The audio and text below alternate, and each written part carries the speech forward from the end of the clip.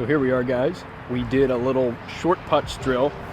We do have to hit lag putts sometimes. Sometimes you're 80 yards out and you think, oh, it's birdie time. Maybe not. Maybe you duff it. Maybe you got 25 feet. Maybe you got 35 feet. So let's work on it. So right now, what I've done is I'm working on die putting. So I'm more of a die putter. I like it to kind of sit somewhere in the 1.5 foot by the hole zone on a lag putt.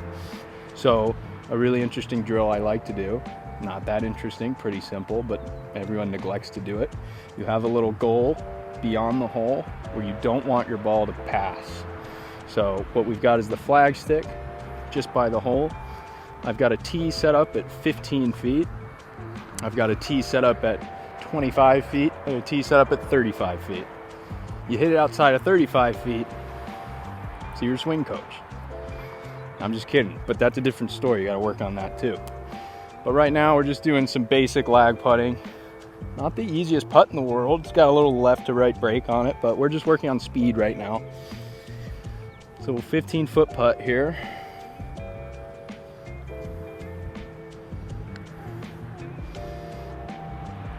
Little on the low side, obviously, but that's not bad pace for me.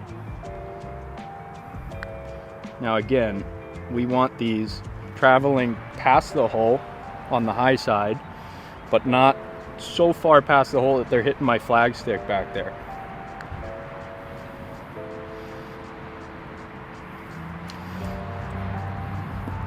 So as you can see, these ones I'm happy with from 15 feet.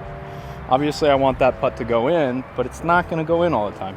You don't want them on the low side like this guy, but as long as that gets past the hole, you go to your next stage.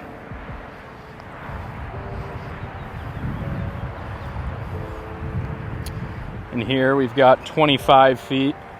A lot of standard flag sticks are about 7 or 8 feet, so you can kind of use those as a gauge for making these tees, but if you're on a putting green, you've got the little chode flag sticks. You might just have to pace it out with your dogs. Let's give the 25 footers a little wrap. Now again, we're just trying to get a good feel for the amount that I'm bringing this club back. So that one comes up just short of the pin. That's okay.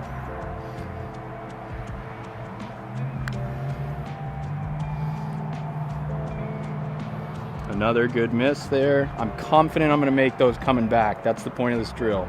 You're not all bummed out because it lips out.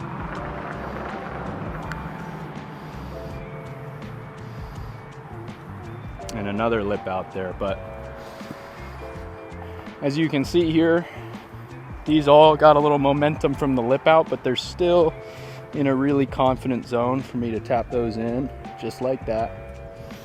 For me to tap those in just like that. For me to tap those in just like that. Now we'll take it to the 35 footer. Now, if you go back and you look at Tiger in his heyday, and if you look into Hank Haney's book on Tiger Woods, he'll tell you he only lost tournaments because he would 3-putt. And the reason he would 3-putt is he'd bang them too far by and he would struggle from 5 feet. And I have a buddy who lived next to Haney, and he would tell me that he said that if he had fixed that and he had learned to hit the stinger driver that he wouldn't put in the bag, nobody would have beat him ever. So, I mean, he's the GOAT, but so you don't want to be too aggressive. We've got 35 footers.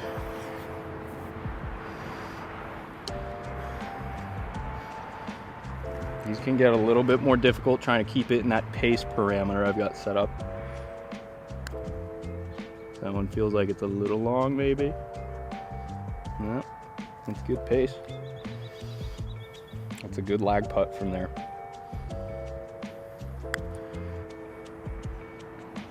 Everyone's heard the wicker basket rule. If you can get it in the wicker basket, that's what we're going for here.